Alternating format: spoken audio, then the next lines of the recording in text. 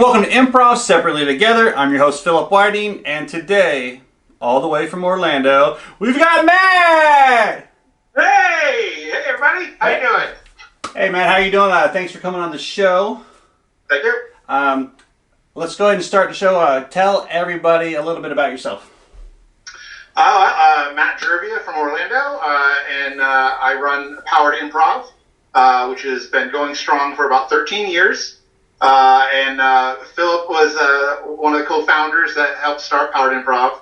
The founder. Let's get that straight. All right, go ahead. Sorry.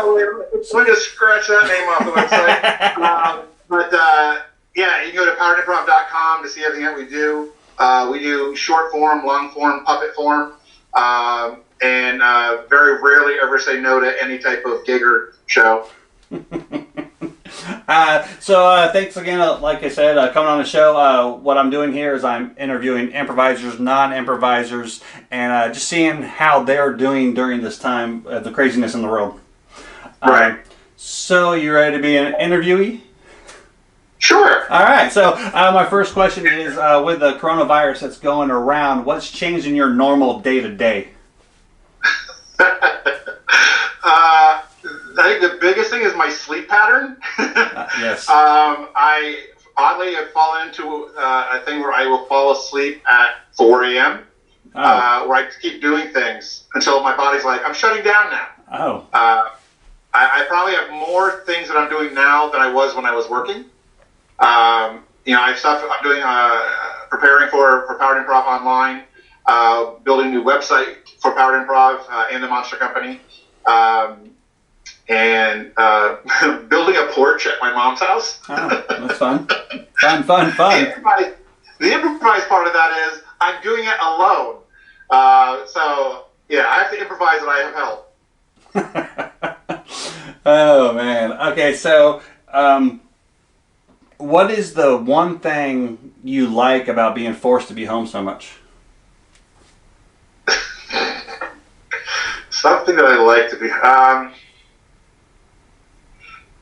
it's giving me the time to do the things that I say I don't have time to do. Perfect. And I found that I'm actually working out more in my my home gym. And I've set aside time every day to do absolutely nothing. And that also means in that time not to watch the news. And if it means going out and working in a garden that I just planted, or mowing the yard, sometimes building the porch. It's a time away from everything else, and it's a little bit of, even though I'm not normally building things, it's more normal than anything else. Right. Because I know what I'm doing and need to get done. Exactly. So. Okay, so now you are being forced to stay home. What is your biggest dislike about that? The restrictions of not being able to go somewhere when I want to. The last time I had that, I was a little kid, it's like when I go out now, I'll go with mask and gloves, stuff like that. But when I go with purpose, and I go with a list of things I need to go get, and then know that once I get this stuff, I don't need to be out for another 4 or 5 days. Right. For someone who used to drive to work every day, have lunch out every day and do all this other stuff and go to open mics and go do improv, not have that end abruptly. It's one of the weirdest sensations ever because, people that do yes and, we have this energy that keeps going. Right. And now that's been forced to slow down and where we're always outside the box, it's kind of like, nope, right now everybody's inside the box. Yeah. And it's really, really odd because it goes against everything we've ever been taught. Correct. So my next question is, what are you missing the most right now? People. I'm missing the interaction. Even with pains in the butts, I'm missing. It's like, and as much as I keep an eye on Facebook doesn't replace that. Right. Missing the interaction.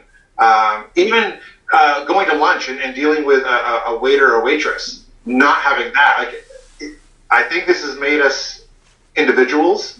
And there are times that I have no problem saying that it gets lonely as hell. Yeah. And as somebody that likes to be around like big audiences like that, I miss that.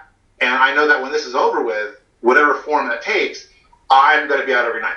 I'm going to see shows. I want to interact. Granted, with whatever safety protocols that takes, but the last place I'm going to want to be for a while is home. Right. You know? I understand that 100%. The last question in the series of questions is, after all restrictions get lifted, what's the first thing that you're going to go do? Sean's trying to call me right now. No, Sean. No. Hi, Sean. You can't interrupt Matt's interview. It's Matt's time. You had your turn. Okay, so what's the very first thing that you're going to do when all restrictions get lifted? Wow, that's a good question. I know this is going to sound really dorky because I'm a big kid. I can't wait for Disney to open, because since Disney opened all the Star Wars stuff, the wait times have been hours. Right. And the Rise of Resistance, which is supposed to be an amazing ride, right, and interactive, and it has a lot of improv in it, where even though it's scripted, there's a lot of cast members in there playing roles that interact with you while you're waiting. I have not been able to experience that just because there's been so many people. Not so much now. Right. So well, there's no wait at the moment, but no. they're not open. So. So yeah, and yeah, I want to get a little more connected with people. Right. So you're gonna hit Disney, hit the new Star Wars area, and then you're gonna people watch at Disney, right? Yeah, but with me, I'm probably going, "Hi, how are you? Welcome back. Hi." These are making strangers going, "Mom, he's talking to us. I don't know him." He's not a character. So now's a point in time where I hear you brought a friend with you. I always have friends with me. Okay, let me go ahead and give you another introduction. Matt's brought a friend with him. I'm pretty sure you could probably see over his shoulder, and there's puppets. I'm sure he'll bring a puppet. So I'm not looking. You probably see it already. I'm going to turn around now, and welcome to the show. Hi, how are you? Hey, how are you? I'm doing good. Just washing my hands. That's good. Washing your hands is a very big thing right now. It should always be very important to you, though. Yes, it is very much. Hey, my name's Philip. What's your name? Hi, I'm Chuck. Hi, Chuck. Do you mind doing an interview with me and find out what you're doing during this time? Me? You. Why, sure. Awesome. Okay, so you know what's going on in the world, correct? Yes, I do. It's so sad. Okay, so what has changed in your normal day-to-day process? Oh, my Amazon deliveries do not come as quick as they're supposed to. Oh. It is very hard to get Oreo cookies. Oh, yes. Or a lot of things are being sold out of, and I understand that. So you're home a lot more because everything is pretty much closed. What do you like about being home so much? I can watch TV all I want. I watch the cartoon channel a lot. Rick and Morty is really good. Oh, yeah? That's your favorite one? Oh, yeah. Awesome. They time travel you now. Oh, yeah. That's fun. I've seen a few clips. I don't think I've ever watched the full show, and I'm sorry. Oh. Maybe I will. You have to. It's really good. Okay. I highly recommend it. I'm going to take your recommendation to heart, and I'll check it out. Okay. So, now that you are forced to be home all the time, what do you dislike about that? Well, I have to read. Yeah. I gotta read books and study and my alphabet. You know, that kind of stuff. Right. So Don't like that. Oh, well, I'm sorry about that. Maybe you'll be able to get out and not do that so much. That's great. What are you missing more than anything right now, though? My friends. Oh, your friends? I don't get to see them. Oh, well, you got friends with you, but you want the friends outside the house? Well, yeah. All your cool friends are outside the house. Oh, yes, I understand that. Okay, so I'm going to ask you one more question. Okay. when everything is lifted, all restrictions are gone, what's the first thing you're going to go do? To the beach. You're going to go to the beach? Yeah. Yeah. What's your? People that just surf and play in the sand. I'm really good at sand castles. What's your favorite beach that you're going to go to? Daytona. Oh yeah, Daytona's nice. Have you ever been? Yeah, I prefer the New Smyrna over Daytona. That's not the nude one, right? No, we're fully clothed. Or Ordman Beach is really nice too. Ah, okay. So that's north and south of Daytona for you. That's true. I know my place. I know. I was just checking. Hey, do you want to give a shout out to any of your friends before we're done here? Sure. Big Ted, hi. I hope to see you soon. Delapi, I can't wait to see you either. And Zach. Can't wait to see Zach, too. There you go. That's his shout out. Thanks for being on the show. Go ahead and bring Matt back, and we'll finish the show out. I like you back now. All right, thank you. All right, there you have it. Matt's friend, Chuck, was his name? I think his name was Chuck. What was his name, Chuck? You killed me. I have over 20 friends. The monster company is quite full of monsters. I see that. I wasn't sure who was going to show up because behind you I can see green and red. Yeah. So some of them is more work. I have monsters that take one hand to work. I have some that take two. Ones that take three or more, it takes more than one person to operate. That would make complete sense. Is there anybody you would like to give a shout out to during this time? Friends, medical, anybody working, whoever you would like to.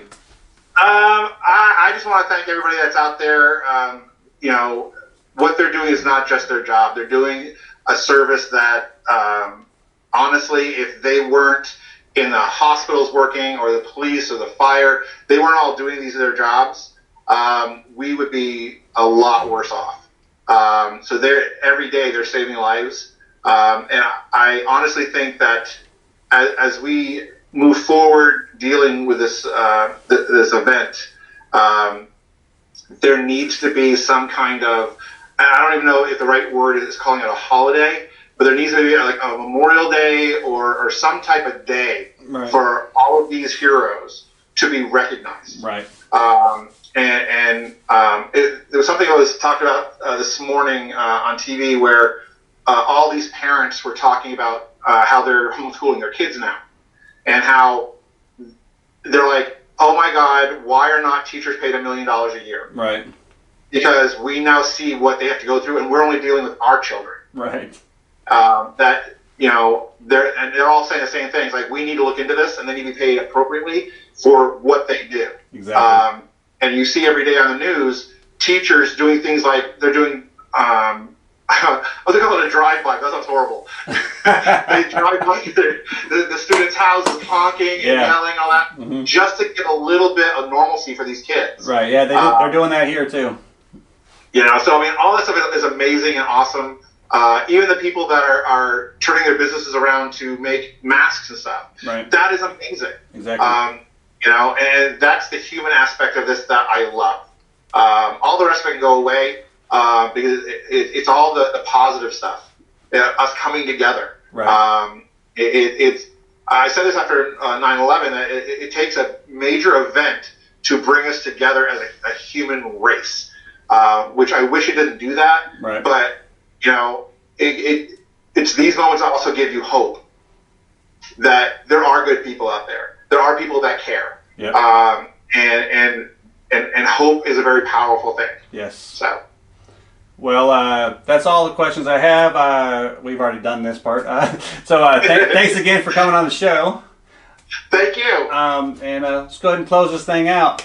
All right, that's been another episode of Improv Separately Together. Remember, give a shout out to all those people that are still working and all the people who are out there trying to fight this virus for us to keep us healthy. And wash your hands and stay safe. See you next time. Peace.